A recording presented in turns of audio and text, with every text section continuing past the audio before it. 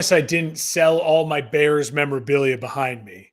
I'm not giving up on Yeah. my fandom because the team is moving to Indiana. I'm not moving to Indiana, but I will be going back full time to the western central part of Illinois, back home. So if you've been on the show on this journey with us, like about 2 years ago, I made a career change and I was living in Springfield, and all of the recordings that look differently. I used to be in my studio at the radio station, and then now it's at home, and I'll be in a different recording studio at my house in the coming weeks. By the start of the next season, I'll be settled into what the new recording space will look like.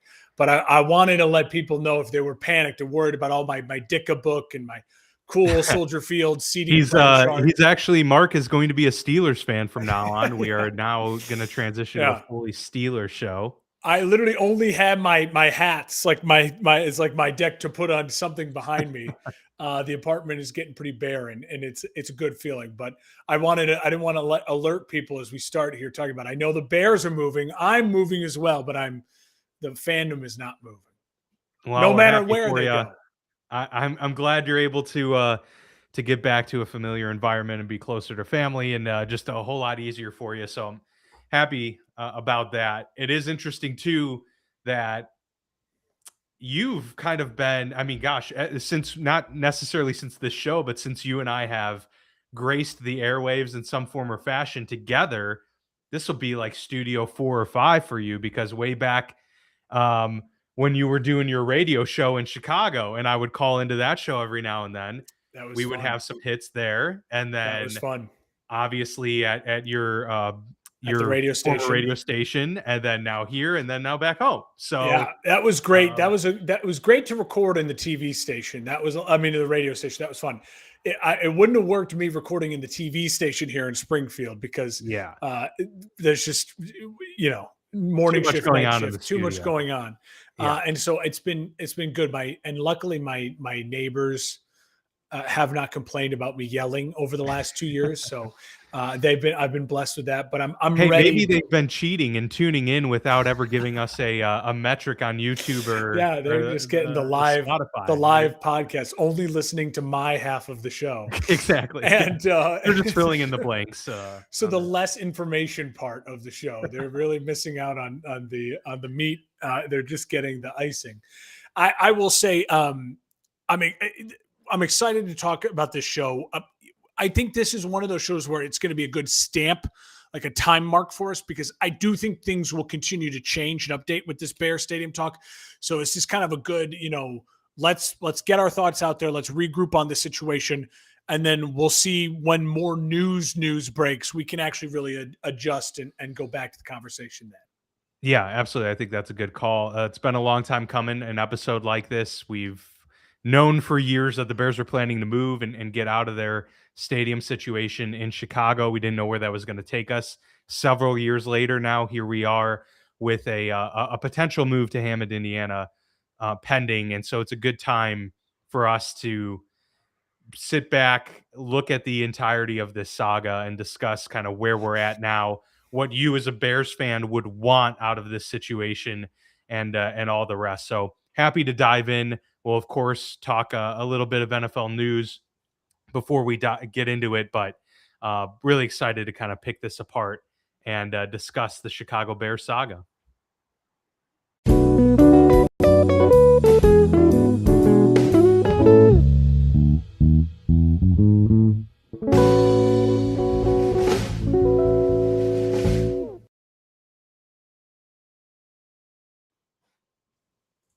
All right, so before we get into this discussion on the Chicago Bears and where they may potentially end up, as always, we're going to talk a couple news and notes that have come out over the last couple of weeks. We haven't been on the air for 2 weeks now at this point. Not a whole lot has come down, but we do have some bits here. This is really the down part of the off season in terms of news, but we'll start with the unfortunate news. Aldon Smith, he was pronounced dead at the age of 36. Former All-Pro. I mean, you and I remember how amazing he was for those few years both with the 49ers and Dallas Cowboys, really played well. Apparently, the family has decided to send his brain to CTE research in Boston to determine. So I don't have a whole lot of facts around the cause or nature of his passing, but obviously, really sad to see. He had a lot of off-field issues even during his time in the NFL, Yeah. And now post NFL, ending way too soon. But just some really unfortunate news there. We got more news in the Brendan Sorsby situation that continues to evolve. Of course, he was initially had his eligibility stripped from the NCAA to come back for another season. So, of course, a quarterback for Texas Tech because of him betting on games that he was involved in. And, this was a constantly evolving situation.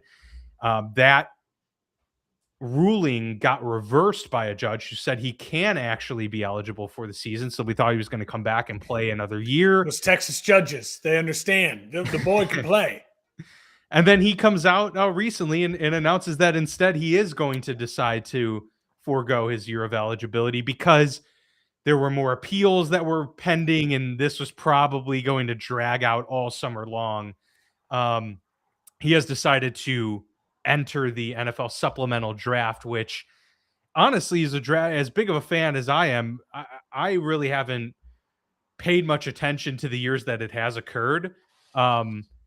So it's kind of a new thing for me as well. I believe you are kind of in the similar boat. Yeah. It doesn't happen every year, obviously. The last time it happened was in 2019. It's basically used for some very rare circumstances where athletes, apply late, or some circumstances allow them to lose eligibility after the NFL draft. And so then they go into this supplemental draft. Basically, NFL teams will then put in a bid, which is basically a future draft pick that they're willing to part with. And whoever bids the highest draft pick gets the opportunity to take said player in this supplemental draft. So a really interesting thing, obviously even more interesting when you're talking about a player who many projected to be a first round pick, next year. Yeah. So what are teams willing to bid on a guy who has some off-field, court issues already and not necessarily sure how that's going to play out. Very interesting all around. Any thoughts on the supplemental draft and Sorsby's, situation? I think whoever got in his ear in his camp made the right decision. Like, listen, they couldn't have been expecting that judge to clear him, right? So For the sure, judge, I was sure it was a shock to them that the judge was like, sure, go ahead, he can play football. And as soon as that happens, then it created such a shit show for the Big 12, for college athletics, and this kind of already mess that they're in a little bit with the players getting paid, and all this throws another wrench to it, right? I think really smart from whoever in his camp was in his ear. Maybe it was just him to say, listen, we weren't expecting that. That was wild. We certainly expected the pushback when we got that crazy reaction. Now that we know we're kind of clear, we're done with college, we can move on. Let's just try to get into the NFL and through this supplemental draft. I'm glad the NFL offers obviously something for players like this and in situations like this. Obviously, Terrell Pryor is a famous supplemental draft person of our lifetime. He had the issues. Obviously, you think about that now. He got tattoos for free. Whoa, the bad man. So listen, he's a talented player. He's a guy that I think a lot of coaches would love to get their hands on and see what they can do with a physical body like him to play in the league. Certainly is not crazy that he could have ended up in a top three round pick next year, depending how the season went. I'll say this: my concern would be if my team is taking a flyer on a guy that we don't even know if the NFL might punish him. Now, he technically didn't break any NFL rules, but the NFL could still just say, listen, anyone who then is representing the Shield, if you still got court cases going on or whatever, we may have to suspend you. So I think that could hurt maybe the value of, giving up a second rounder. I don't, what teams might give up, but it'll be exciting to see where he lands. And it wouldn't surprise me if in the right situation, he's a guy that he might actually see some playing time this year, end up on the field. Yeah. Quarterbacks are playing more now than ever before. We're seeing it feels like every year we're setting the record for how many quarterbacks play. And if he ends up in a situation in a Miami or something like that in Arizona, what's to say he doesn't get a chance to show if he can actually play in this league, a little bit at some point in time this year? Well, it's intriguing for some teams who either maybe were expecting to pick late first round, and if they were anticipating him going early to mid, you don't now have to get in a bidding war with, I mean, you do have to get in a bidding war literally, but you don't have to get in a bidding war of like trading up with other teams and just hoping that your package is the most appealing. Yeah. Now it's just straight up, what are you willing to give up for this player? And you could get it. I mean, you even think of a team like the LA Rams. Like, what if they didn't take Ty Simpson this year? They had a first rounder next year, and they just decide. I mean, this is a team that really doesn't care about their first round picks to begin with. So why would, who are they to have any issue with just saying, you know what, we'll give you a first round pick for 2027. We'll be the team that bids the highest. And now we've got a quarterback for the next several years. We don't care that we lost our first round pick. We're expecting to be picked 32 anyway. Stuff like that. If you're really interesting. Yeah, if you're a Buffalo, another like a team that's like really solid with your quarterback, but your backup, maybe you're looking at the backup position going, a lot of teams have already had some camps and stuff like that, OTAs. You're looking at saying, God, we don't have a guy in here that we're even just excited about, right? Like that can throw the ball 60 yards and do stuff like that. That's like a first round talent type guy. Why not try to take a flyer on that? And then, man, if he balls out in preseason or something like that, you could flip him back for another pick, maybe a higher pick. You know what I mean? Like it's to me, some GM is gonna do the right thing and pick him, and then you either turn it into something or at worst case scenario, you give up a third round pick for a quarterback. Well, how many times have teams picked a quarterback in the third round and nothing's ever happened with them? I wouldn't be mad at my fan base, to be like, that's what you do with quarterbacks. We say it all the time. You just got to pick them, try them, and then if it doesn't work, pick them again, try it again, pick them again, try it again. Absolutely. A final bit of news here. Cam Jordan just announced, actually, just shortly before we went on air, he is returning for his 16th NFL season. Where to? Or he's just looking for a home? He announced he's going to play. He's coming to the Saints for a 16th season. Yeah. Right. He's coming back to the New Orleans Saints for 16th season. So there you go. Pretty impressive stuff. All right. We're going to get into Bears talk here. This is how I think we should go about it. Okay. Fox 32 Chicago's put together a really nice article here on the entire timeline of events starting in 2021. I think it'd be best if I share this article, we kind of read through real quick. It's not super long. Maybe it'll take 5 minutes to recap the entirety of events. And then I would really like to hear you can think about this as we're reading it through. I am just curious from your perspective as a Bears fan, as Mark Hespin, regardless of what the circumstances would require, what your ultimate utopia would be for what the Bears ultimately end up with. Because I do think that's important for us to think, like, sift through all the noise, just be like, this is what we want. This is what most Bears fans want. Mm-hmm. So I think that'd be good. And then obviously we can talk about our thoughts on this entire saga, what you've experienced even in talks with state legislators, etc.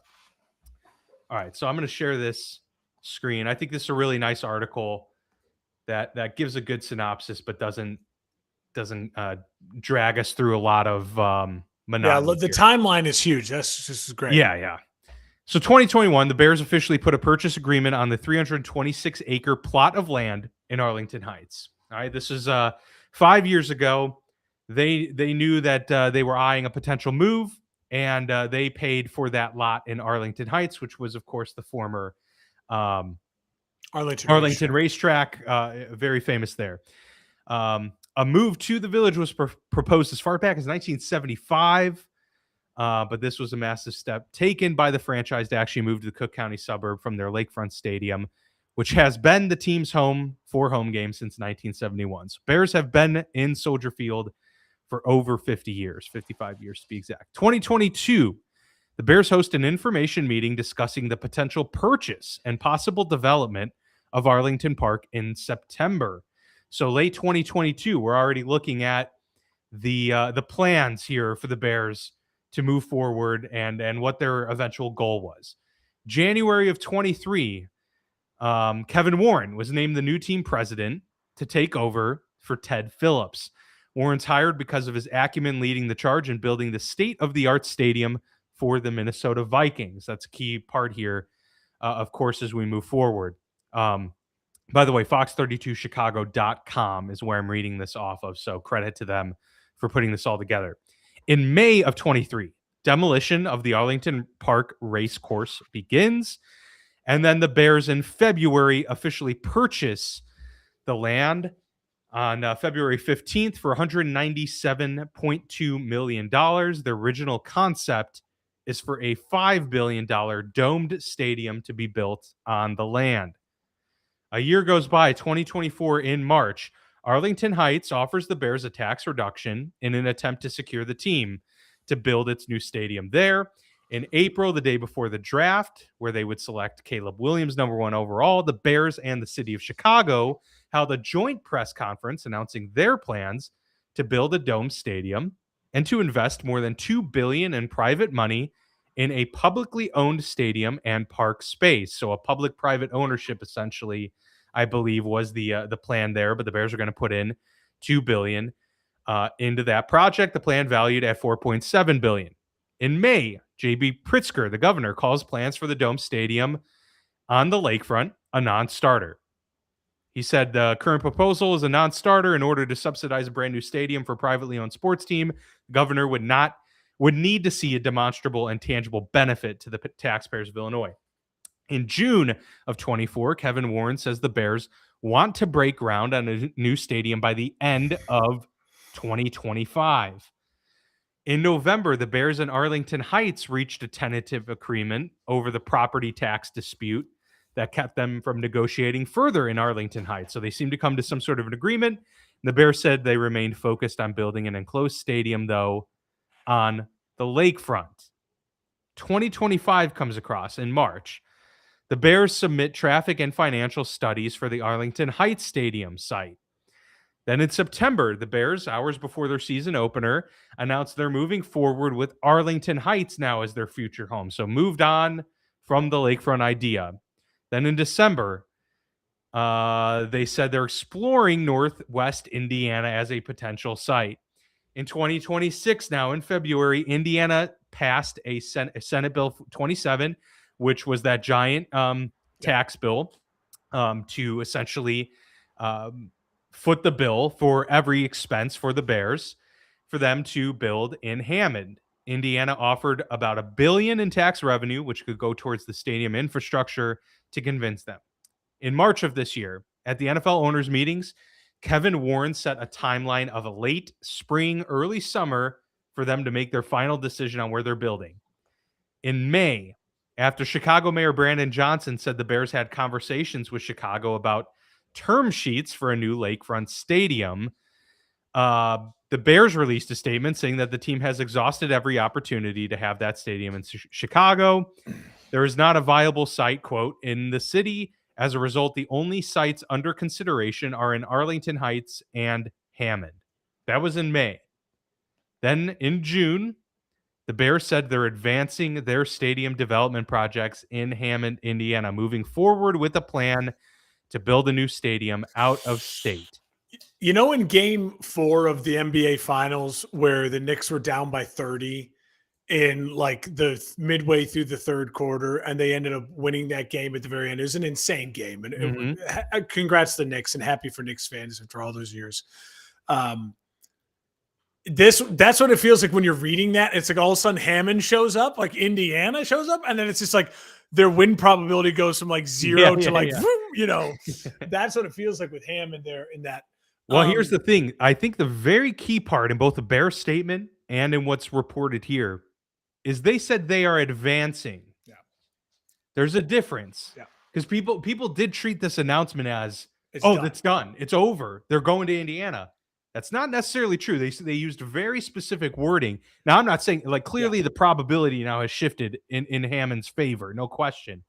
But the wording is important here, and I think that's something that we need to take into account as we launch into this discussion here about where we're at right now. So I'll start by just saying, I remember doing shows 2-3 years ago, 4 years ago when they even announced they're buying Arlington Heights, and I said firmly then, I don't want a dome. I want to be in Chicago. And then when the news would come along that, hey, we're moving forward with Arlington Heights, I could sell myself on it because of what? I could sell myself on it because it's what every NFL team is doing. You look at how gorgeous that Atlanta stadium is, how gorgeous that SoFi stadium is, how incredible the Minnesota stadium is. And you're saying to yourself, this is the modern NFL. Am I going to fight it? I'm not going to fight it. This would bring Super Bowls. This would bring Final Fours. This would bring maybe an Olympics. You know what I mean? Like, we're talking about all these big things, and you could sell yourself on it. And honestly, I've been content with that for the last 2 years. And as you saw, it wasn't until February this year, just a couple months ago, 4 months ago, that all of a sudden the dynamics changed, and now Indiana is being talked about. And so, before I get into how I think all of this is played out, I will say, if I had the magic wish, for our obsessed fans out there, have you seen the movie Obsessed? No, I haven't seen Oh, Obsessed. okay. I saw it this weekend with my Wait, no, you mean Obsession. Obsession. Yes, I have seen that. It's really good. Where he snaps the willow branch wish. I would wish that the Bears could find a way to do what that original lakefront rendering was, where they turn Soldier Field into like a hangout museum. They take away all the stadium, they leave the columns, and they make it into a giant, beautiful park. And they basically get rid of one of the south lots and they build a stadium there. And then they take over McCormick Place parking for Bears parking. And you have a dome downtown, 100, 200 yards south of where Soldier Field was. And you work on infrastructure and traffic patterns to make it more feasible and easy to get in and out of. You know what I mean? If you're designing it from scratch, you can really design it to be like, hey, it's still going to be tight because you're pouring into the third largest city in America and one of the largest downtown in America besides New Manhattan. And you're saying, obviously it's going to be congestion, but you'll make it work. That's always been my, if I could make the wish.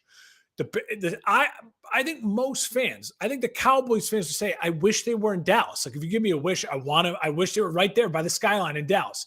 I think 49ers fans would say Candlestick was awesome. Couldn't we have just figured out how to put the team in at a college stadium for a couple of years and build a new Candlestick in downtown San Francisco?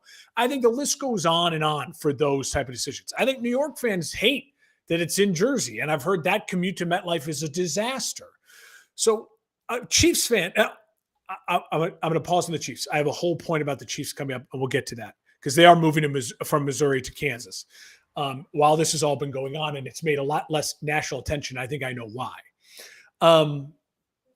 Regardless, that would be my make-a-wish, right? I would wish for the Bears to be downtown in something like that, in not a permanent dome, but in the kind of SoFi-esque elements. You can open it and elements are available, but it's not you can still, if there is a blizzard, you could get the game going without it being a foot of snow, where it's still maybe cold, where there's still temperature, there's still elements coming in, kind of like what you have at SoFi, where it's open air. So you'd get like open air elements, but it's feasible. A roof, so where Taylor Swift is there for 5 days, if there's a rainstorm in Chicago, she still can go on the concert. It's totally fine, right? Mm-hmm.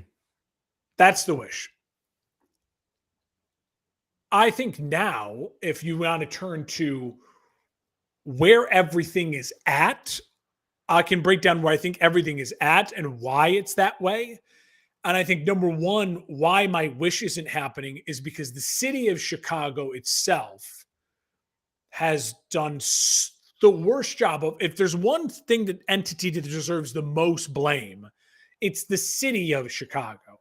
The city of Chicago is in such horrific debt.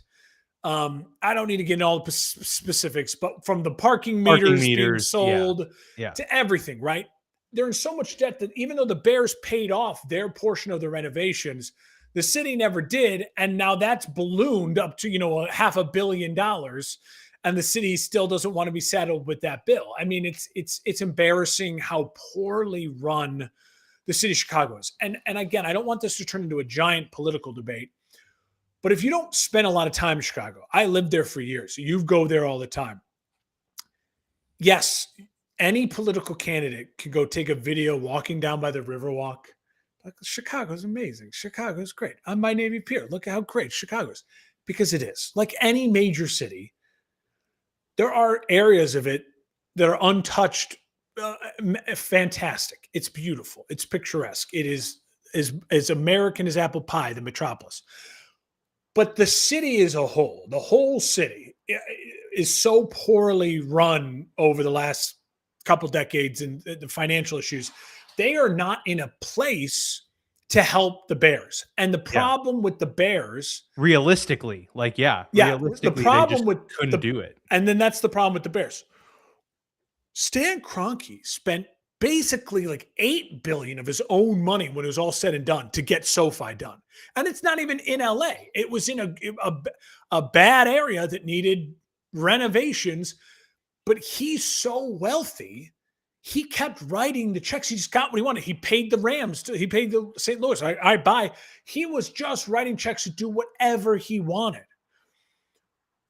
When Mark Davis moved the Raiders, he had to get all of these breaks from Nevada and the city of Las Vegas because he's a poor owner too. He's like the Bears, the Maras, like the McCaskies, like these. Like their wealth is in their wealth is just tied to the team. They can write their checks, but the McCaskies aren't going out and buying private islands, right? They're not doing that. So again, that's the problem with the Bears. The Bears' problem is, at some point in time, the max they can put up is $2 billion, which is a lot of money. They didn't this and the Senate bill Indiana deal we'll talk about. The Bears should still pay $2 billion to build the stadium. Like, what Indiana has done is what 90% of every other state has done, which is basically say, duh, you're the NFL. You bring so much value to an area, we will write you a blank check. That's what 27 of the 32 NFL teams pay zero in property taxes. Illinois has the highest property taxes in the country. We just passed New Jersey a couple months ago. We battled back and forth with New Jersey. To put it into perspective, the teams that do pay property taxes, the most expensive are the Rams and Chargers. They split a $14 million a year bill. But that's pennies, right? That's pennies. The Niners pay $6 million, so the California teams. The Patriots in Boston, which is very liberal Boston, blue Massachusetts, they pay $2 million. And then the Giants and Jets split a $6 million. In New Jersey, which has high property taxes, they have cut them a sweetheart deal to pay very minimal. So then we come back to where the state of Illinois now has fumbled the bag. Chicago fumbled the bag, and that's why the Bears were like, we're going to Arlington Heights. And if you remember in that timeline, we talked about, the Arlington Heights finally came to a deal. Remember, there was talk the Bears might go to Naperville. The Bears opened it up, said, well, we're going to look, because at some point in time, they were looking for Arlington Heights to guarantee local township that will kind of write you the blank check. Right. But remember how government works. Locally, they can say, we promise you. But if the state comes in and says, no. It's just like if the federal government comes in and says the state, no.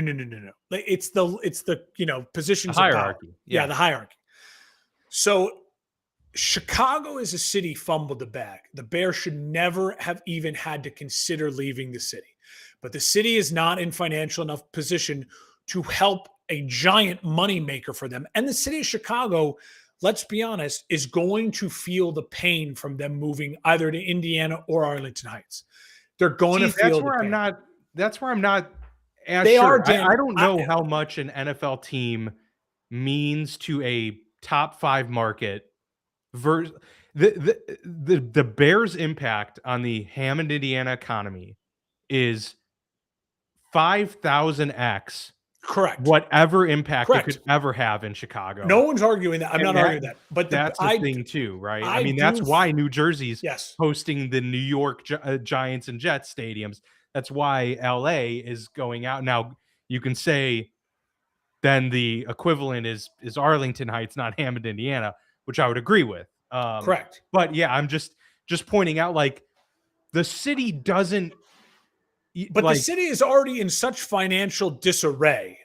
You're losing something that guarantees brings you revenue for your park district. It is a park district revenue thing. The city basically never has to spend money on the park district because of the revenue they get from the Bears. And now you're saying to the city of 3 million people, hey, you know, all the money we had from the NFL team that was feeding our park district, that's gone. Like, it's going to hurt. It's not, you're right. The city, if they get competent decision-making and do some things the right way, any major cities can rebound from anything, right? They can bounce back from a lot of stuff. So there's all these players, right? Chicago, the Bears are a player. I'll talk a little bit about Illinois again with the property tax thing. So what happened then where February comes around of this year and now it feels like it's falling apart? Well, here's where the NFL and Illinois start butting heads. The NFL benefits, we've all read the articles, every time a team builds a new stadium. All the owners get a check. Yeah. And Roger Goodell represents all the owners, and all the owners want a check. They haven't ever gotten a check from the Bears. They've never gotten that check, right? Because even when they did the renovations, I think in 2003, the money was different then, and no one got a big fat check. The Bears are a big fat check, and everyone wanted them to move and build a dome stadium, just like all the other teams have been doing, because they all get a big fat check. And the NFL knows that it makes them more valuable and that product more valuable.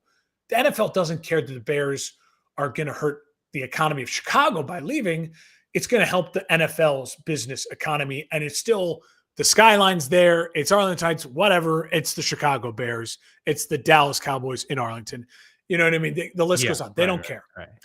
So the NFL is a player in this. And so at this point in time, when you think about it, the NFL is like, okay, great.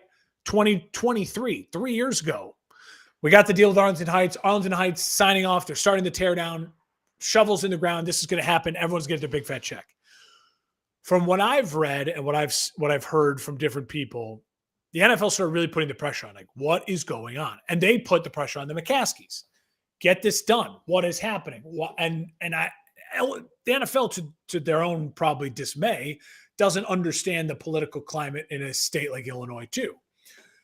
And so the Bears are saying to the state of Illinois, hey, listen, Arlington Heights has agreed to not screw us. We're going to have the same deal that every other team besides those couple I mentioned, and we're going to have a property tax certainty. Well, the state just goes, yeah, well, we're not so sure about that. We kind of want you to pay property taxes. If the Bears started building in Arlington Heights right now, and they just said, screw it, we're just doing this without any guarantees from the state, their property tax bill this year in that stadium, remember, I said, what was the highest so far? The Rams and the Chargers split $14 million. Yeah, the estimated would have been a $53 million bill. Okay, could escalate in the years up to anywhere between $100 and $150 million a year. Yeah. So if you're the Bears, who are a poor franchise, they're cash poor franchise, they can pay their bills, right? They have the salary cap, they pay all their employees, everyone's paid. Which is also their fault too. I mean, yes, they have. The Bears they haven't diversified their portfolio. Yeah. The family keeps growing, so everyone keeps getting their little pieces.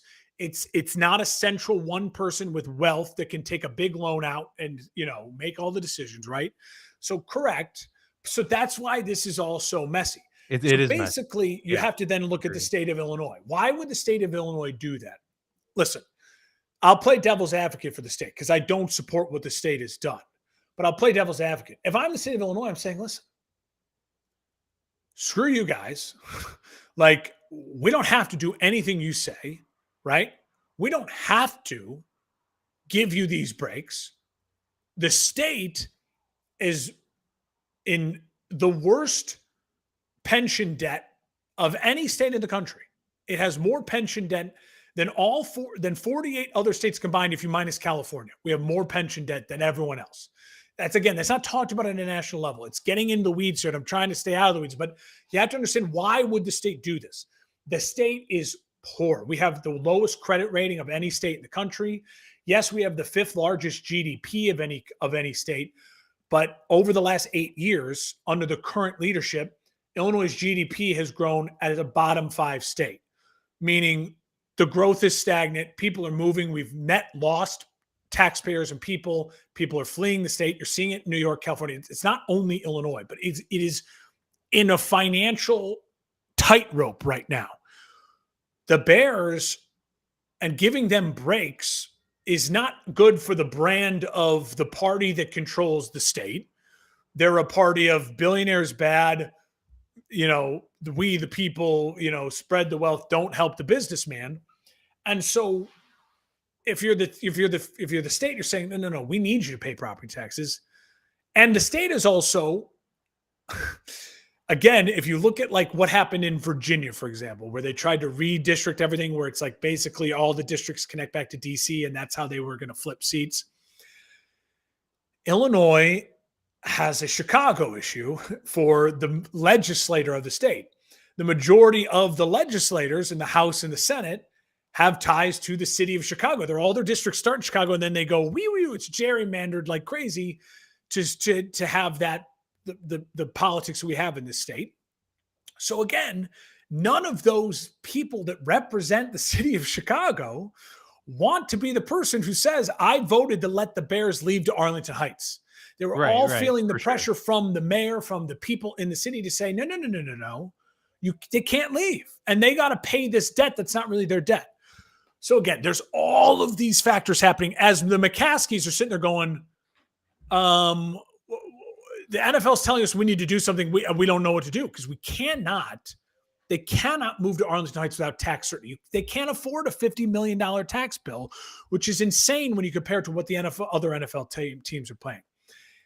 And so let's pay, because I think it's fair to play devil's advocate on that too. They could afford that, because the amount of money that they would, it's not like they would be in the red every year paying these property taxes. Well, their profits would be razor thin compared to any other team. And so that has to be taken into account. I'm not dismissing that by any. Correct. And to the Bears' credit, they have said they have not asked for property tax relief for all the entertainment stuff they want to build around the stadium in Arlington Heights. They would happily pay property taxes on that. But they want what the 27 other stadiums have, which is property tax certainty. They're not asking for something that they'd be the only state that is giving their team property tax. Well, that's why I say it's unfair comparatively, right? The Bears aren't, and that's the other thing, right? You see a lot of comments online, which is like, billionaires pay for their own stadium.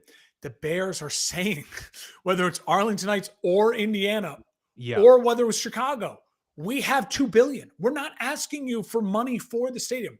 The money they asked for, the $855 million from the state, which was part of this mega projects bill that then died, was the Bears wanted property tax certainty from Illinois, and they wanted $855 million, which is the number that came up with from studies that they paid for themselves, which is basically like, in order for us to build the shops and the stadium and the roads, we're going to need you, the state, to spend about $855 million to fix the highways around that area, the drainage around that area, the power lines around that area.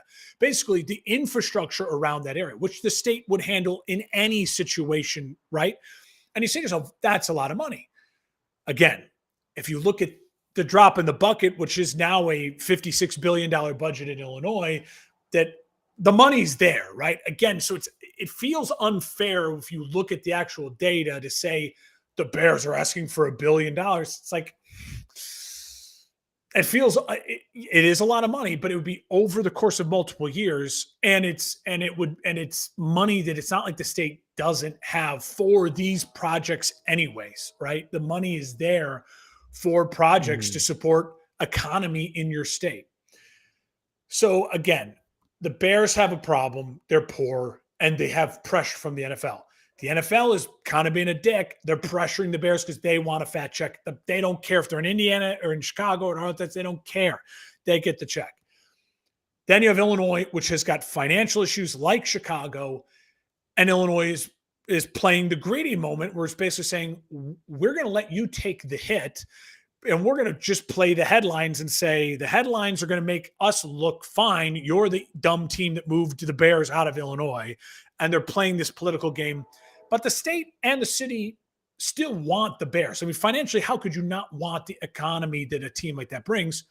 Which is then where Indiana comes in. Indiana sends blood in the water. I don't know how. I've still tried to get from multiple people who tipped off Indiana to even start these conversations. I don't know how that began. I would love to find that out eventually. But Yeah. some smart lawmaker figured out we should pass a bill, Senate Bill 27, which gives the Bears exactly what they asked for from the state of Illinois. We're going to give you the $1 billion for utilities and infrastructure around whatever site you choose. There was multiple sites. They chose the Hammond one. And then you put up the $2 billion. You get property tax certainty. And also what the Bears would get from Indiana is it is a publicly owned stadium, just like Soldier Field. The Bears actually wouldn't own the stadium. But what would they get in benefit from that site that they're not getting from the Chicago, just staying in Soldier Field, is they get complete revenue control and they get to schedule what happens in that building. And that is a huge factor.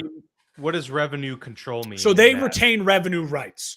So they get the game day revenue, they get the concession revenue, they get all the revenue control that the stadium generates. The city of Indiana, the state of Indiana, the city of Hammond, the state of Indiana wouldn't get to dip into that beyond just whatever taxes they have to pay on it, like any other business. See that, that is the type of stuff that like pisses me off. Like overall, like I understand that it's a precedent across the entire country, so I'm not saying that this is some sort of like outlier situation, but those are the types of deals that to me they dangle the carrot of, well, look at all of these jobs that we're going to bring in, so there you go. But it's like, you, the public, you own this, but you don't get anything. To me, this is the exact same thing as how Big Pharma screws over all of us. We pay for the research and development. They own the entire product and the profits out of it. And you can't sue them. And you can't sue them if it goes wrong. That's a whole other thing about Big Pharma. So that's what's really hard. Like that's why I can.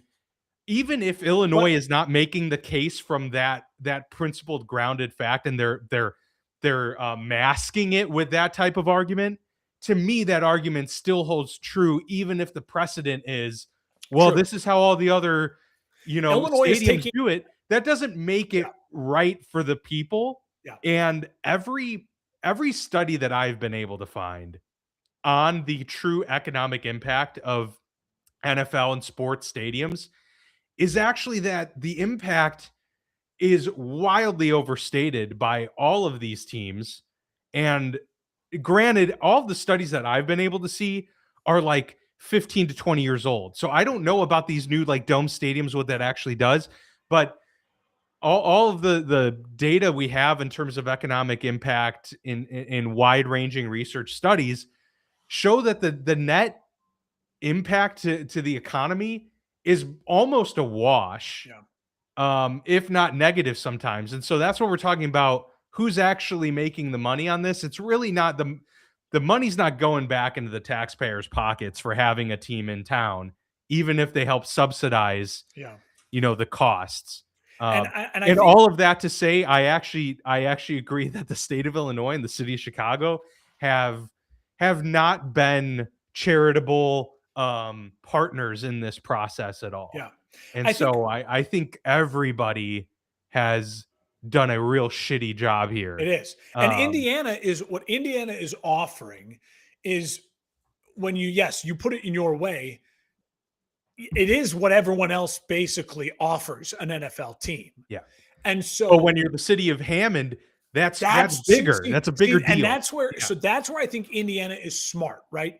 Where I Yes. think Indiana is smart is and this is now what gets me to the Kansas City Chiefs. So I Yeah, finally got to my Chiefs it's a point. perfect So correlation.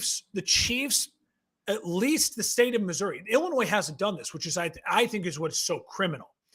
The state of Missouri allowed the county of Kansas City, where the Chiefs are located, like right near the border to the Kansas City line, right? The city is on both sides. Unlike St. Louis, where at least the river is there is East St. Louis in Illinois, but it is St. Louis is technically all in Missouri. Kansas City is not. Kansas City is literally in the two states. Mhm. And I would argue the nicer suburbs and the richer areas are the Kansas side. Historically, Overland Park, Kansas, is up there with like Naperville, Illinois, is like one of the great suburban towns in all of America. And where the Chiefs are moving is right near there, a very richy, bougie. It'd be like the Bears moving to Arlington Heights, upscale, richy, bougie, suburban area. But at least that county, I can't think of it. I think it's Jefferson County or whatever it is. They held a vote and they said, are we going to increase taxes by X amount to pay to help finance the Chiefs and the Hunt family building a new stadium to stay in Missouri? And the voters overwhelmingly said no. And so then the Chiefs said, we have our answer. Kansas said, we're going to give you those tax incentives. Come on over. So at least the people got a say. Right. There has I agree been with that. has been no ballot initiative, whether at the county level or at the state level, to say, listen, are we willing to give the Bears $1 billion in infrastructure money, which are already being taxed under? They wouldn't have to raise the taxes. Again, even if they had to, were you willing to pay 10 cents more on hotel tax or whatever to help fund this? Or yes or no? Give it to the people and let the people at least then give you a word. Now, the legislator could take with what they want and say yes or no, but give the power, at least hear the people out. So that's where I think you go back to your point, the 5,000x exponential growth for Hammond, Indiana, and that part of Northwest Indiana is dead. And that part of southeastern Chicago is dead. It is a very, very troubled economic crime area. It's not like the Bears are moving into the ghetto, but it's just, it's rural, suburban, southern Chicago, Northwest Indiana near Gary, that those were steel towns that 40, 50 years ago were hardworking, blue collar, where Michael Jackson was from, but quality towns, but all the jobs are gone now, right? All the steel mills, everything's closed, power plants closed. This is the state of Indiana saying, we can give that area a giant economic jolt. Is it the best economic jolt? I don't know. We don't know. The studies would, but what other jolt can they give them, right? Like, Well, and they're for sure. No, I think it would. It almost certainly would have an impact. And there is a reason positively why in Hammond. Yes. Yeah, there's a reason why. Again, trying to stay out of the politics of it, but Illinois is completely controlled Democrat. Super majority in the House, super majority in the Senate. Democrats have been in control of Chicago since 1931, and they have a Democratic governor in the office. So they complete control. Indiana is completely controlled by Republicans. But I will say there are obviously Democrats in the Senate and the Congress of Indiana, and even they voted yes on Senate Bill 27. Sure. So the state of Indiana was completely aligned with this legislatively. What I will say is interesting, if you get to then the argument for Illinois, is that I think what's so frustrating for Illinoisans seeing this on a daily basis is it's not even like that one mega projects bill, it died. And the one bill that did show up by the end of the voting session was not, like I said in the last episode, didn't even show up until 11 p.m. And things are supposed to be done by midnight. And the Senate passed it. And the bill basically would do what the Indiana bill. It was a quick mock bill of Senate Bill 27. We'll give you the infrastructure and we'll guarantee no property tax. It was a Bears specific bill. The mega projects bill was trying to litigate. It would include the Bears, but all giant corporations that were looking to relocate to Illinois. And I get what they're trying to do. You want like a blueprint, right? If you're a giant company, you want to Illinois, here's the blueprint of what we're going to give you and what you can and can't have. And it would be very clear then for corporations to make a decision to come or go to Illinois, right? Yeah, yeah. But that's the thing I think that kills us. That kills me as I'm like, we didn't even give them the chance. The Bears have been saying for 4 years now, we need help. And the state of Illinois still has not passed one bill in 4 years. Again, in all 4 years controlled by the same people, It's not like we've had different governors it's the same people. And nothing has happened. Yeah. And that's not me saying Democrats bad, Republicans good. That's me saying clearly it is not a priority for the state people who run the state of Illinois. This was never a priority for them. It's not a priority to get a bill done because they can pass things. I've seen them. I've sat on the Senate floor. I've seen them pass things all the time with only Democrat votes because they control everything. They don't need a Republican to vote. If all Republicans always vote yes, it doesn't matter. Yes or no, it doesn't matter. Yeah. But it goes back to that issue that the districts are so tied to Chicago. None of the Chicago reps want to vote for something that has the Bears leaving Chicago. Yeah, right. Yeah. And so even the one party, they've stalled as a party. And so they needed Republican votes, but then Republicans are saying, well, if you need us, well, we got some demands we'd like to see, which is obviously business-friendly things that Democrats are never going to vote to support. So that's where the politics comes into it. And again, I'm trying to stay out of it as much as possible. I think where we're at right now, it makes no sense for the Chicago Bears to, if they legally had to make a decision tomorrow, they would have to go to Hammond, Indiana. As an organization, as a business, as a franchise, you cannot stay in Illinois with this uncertainty and this lack of cooperation at all from the state. I would argue, though, the reason if you're the Bears, but if you're the Bears, you know that the Senate passed the bill. You know that the House chose not to vote on it, but they can. If you're the Bears, does that be like, okay, well, we're literally right there. And that's again why I think it hasn't happened. Because I think if you were to truth serum the McCaskies, they'd be like, this is bullshit. This got way out of hand. Why is this happening? Just do what all the other states are doing. Why is this so hard? You get hit on the press for one day. Oh, okay. We voted to give taxpayer money to infrastructure that is going to help a team that is billionaires, but it's a one-day press and gone the next day. It's every other state. I think the Bears are literally sitting in their office going, this is fucking nuts. Like, what is going on? And I think that's why it's gotten so messy. And I think that's also why I believe the city of Chicago when they're saying, hey, the Bears were still talking to us up 2 weeks ago before session ended. Because I think the Bears are still saying, well, hell, maybe the city can, if all the city reps want to vote to keep us in the city, let's get together here and figure it out. Right. So I think they don't want to leave. They don't want that bad press. I don't think they ever wanted to leave Chicago. I think they bought Arlington Heights because it was dirt cheap, and it was their first expansion threat. It was their first threat. It was their first hey, we might go. Their first leverage point. And ever since then, the leverage point then became not Arlington Heights, any suburban town, and then the leverage point became Indiana. And it all marks of life, no government cooperation in the state of Illinois from all the way down has led it to where we're at now, with you couple in the fact that if the Bears aren't rich enough to just do it on their own, like Stan Kroenke. Right. Yeah. There's one part as we kind of wrap up here. There's one part I want to explore that is probably that might be the least important, but yet could be actually the most compelling argument to this whole thing. Which is George McCaskey. Knowing the McCaskey family as well, they're that team that ownership group that's kind of unique in that, they're not really football people. They're lifeblood, their family. But to them, this is also their entire family heritage and everything is tied up in the Chicago Bears. It's not like some other owners and families where they made their mark in other industries.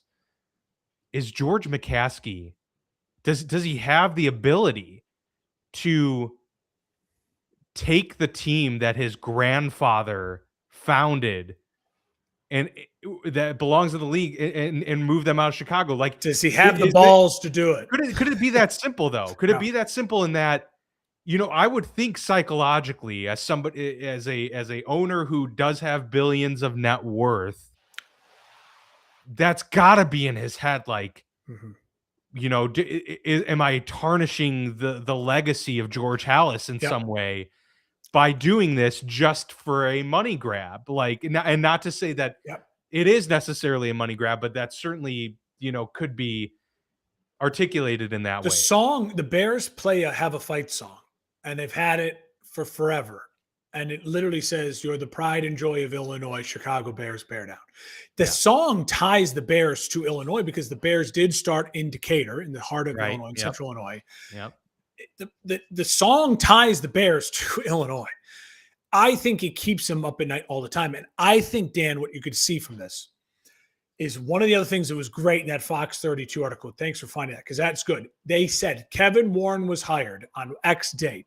And what is Kevin Warren's resume? He got the deal done with the Vikings.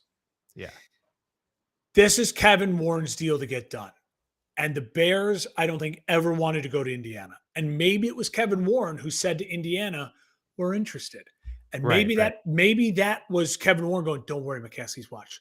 We'll get Indiana to be interested." And now Pritzker and the Illinois Democrats are going to fall right in our hands, and they're going to give us everything we want. This thing will be done. I'll release a statement. We're gonna be done by the end of spring. Boom. They're both playing each other. Both the state and city are playing the Bears, and the Bears are playing them. And I think the McCaskies could ultimately look at this and go, "We have a lease on Soldier Field till 2033. It takes 3 years to build a stadium. Like, what the bleep are we doing? Like, we're not moving to Indiana. This is insane." Yeah. And I think maybe if he doesn't have the fortitude, my guess is you'll see a Kevin Warren get fired at the same time the Bears announce, "We are staying in Soldier Field. We are committed to staying in the state of Illinois. We will stay in Soldier Field until the state of Illinois gives us a workable deal that is similar to every other NFL team to finance a new stadium in either Chicago or in Arlington Heights. And until then, we will continue to stay at Soldier Field." And I think that would be smart for the Bears to do, because what does that do then? The McCaskies can go back to the rest of the owners meeting, and go, "You guys are all equally as rich to Pritzker, who's the fourth richest, comes from the fourth richest family in the country, the Pritzker family with Hyatt money," and say, help us out here. What do we need to give him to get everyone in line, to scratch our backs? Minnesota is just as liberal as Illinois, if not further blue. And they got a stadium deal done, right? Like, it's like, how is this? It should not be a red and blue issue. No, I can absolutely, it shouldn't be. And even in California, the Rams and the Chargers, 14 million. The Bears, I'm sure, would sign the dotted line on that. Like, they would sign the dotted line. The problem is that bill couldn't even get to the governor's desk for it to be signed.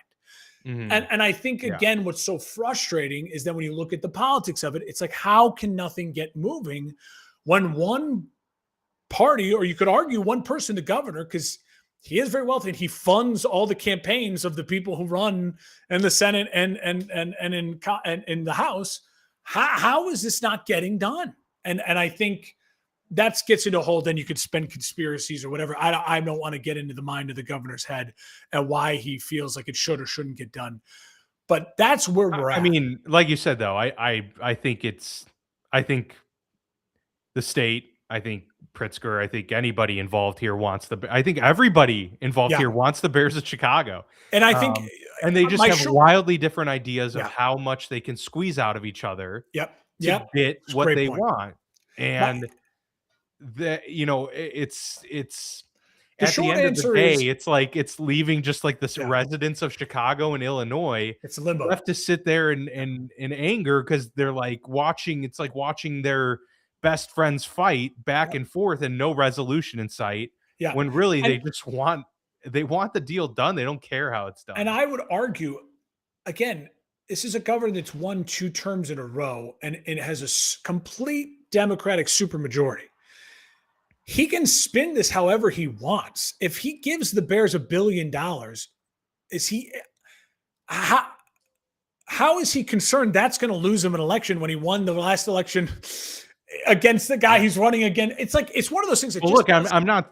You know, doesn't make sense. Like it I guess we doesn't. can't get in his head, but like, Yeah, I mean, maybe he's doing what he's doing, and the state yeah. legislators doing what they're doing out of a principled stance that they feel Maybe they can't get out of. maybe Like, they I feel don't like know. I you're truly right. don't know. He But might look at he's considering a presidential run, and he might look at this and say, "I stood up for taxpayer dollars to never go to a greedy corporation." He's going to have a hard time with some of the other decisions. Again, we don't have to get all that, yeah, but you're right. It could be a we're taking a stand type moment. Um, it's such a mess. It's such a it is a mess. mess. That's why it deserved a full episode here And for us I will to say, discuss I because don't think it's the last we're going to talk about it no, because it's not. And that's what I it's was saying. not Like over. It's not over. the advancing the stadium project in Hammond is just that. It's an A- advancing Until of the shovels are in the plan. ground, until shovels are in the ground, and anywhere, it's not over. No, and I mean the Bears have already bought. They own Arlington Park. They Yeah. own it. This is their location currently. So there's a lot. Okay, You know, I final will say thoughts the 'cause, Bears, the yeah, Hammond, Indiana. The problem the Bears have with Hammond, Indiana, I guarantee this is part of it. Is their headquarters are in Lake Forest, Illinois, Hallis Hall. That's where yeah, all the players live up there. Hammond from downtown, like Soldier Field, is not far. It's like 15 miles, like a 30-minute drive with traffic. It is not bad at all.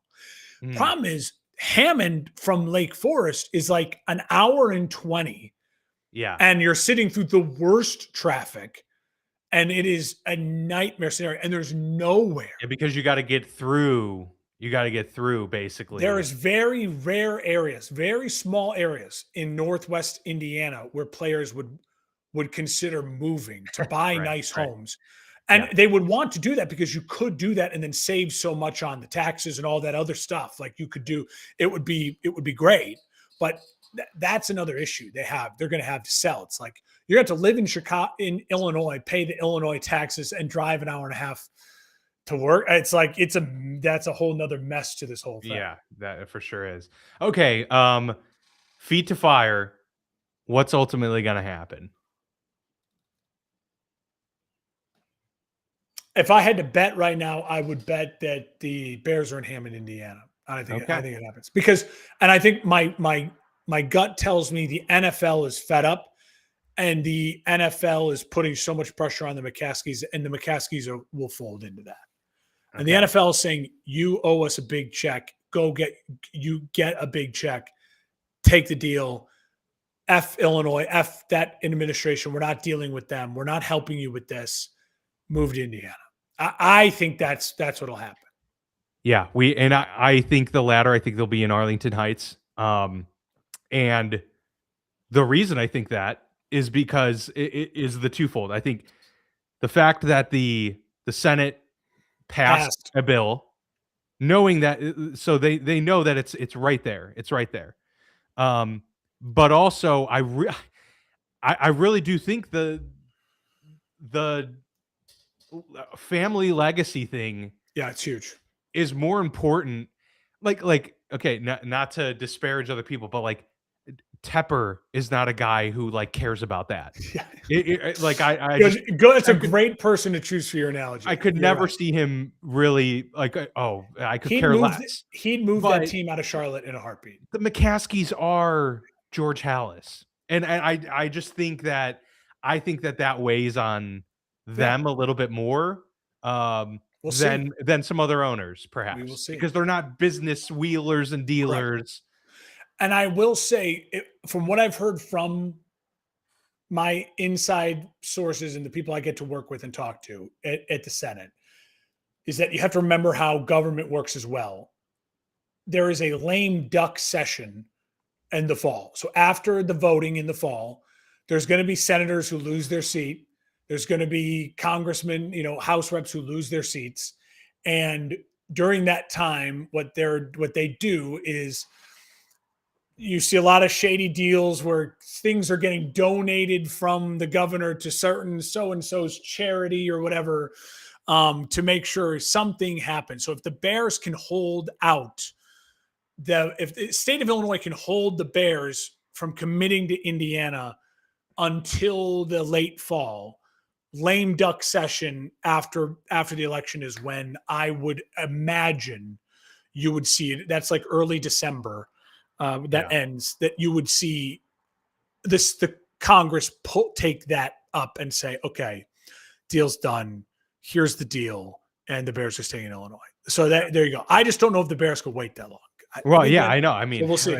It's been 5 years. It's crazy. So I don't know where we're at, but this has been fun. I'm glad we got to talk about it. Obviously, a good portion of our viewership is from Chicago. They're Bears fans. And so we owed it to you all to have a long conversation about and this. Hopefully they appreciate their own states and their own situations a little bit more. There you go. This has been fun. I don't know if we won't be on the airwaves. I haven't even talked to you, but we won't be on the airwaves next week. I will be unavailable, but we'll see about the following week, early July. And then, really we're a month away at this point from getting some ramped up news and us starting to do our, season predictions and bold predictions and all of that stuff. So I'm excited. But we are in a little bit of a down period right now. And so that allows us to do some of these fun episodes. So as always, we appreciate everybody watching and listening. Like, subscribe, all that good stuff. We are once again launching the Toys for Tots League. So go over to For Frequency's Sake podcast network on the various social media sites. You can check out the For Fantasy's Sake QC Facebook page for more information on the Toys for Tots League. In particular, we're trying to get several hundred teams once again to donate to a great charity across our various communities. So appreciate your help in making that happen. And as always, we'll see you here next time.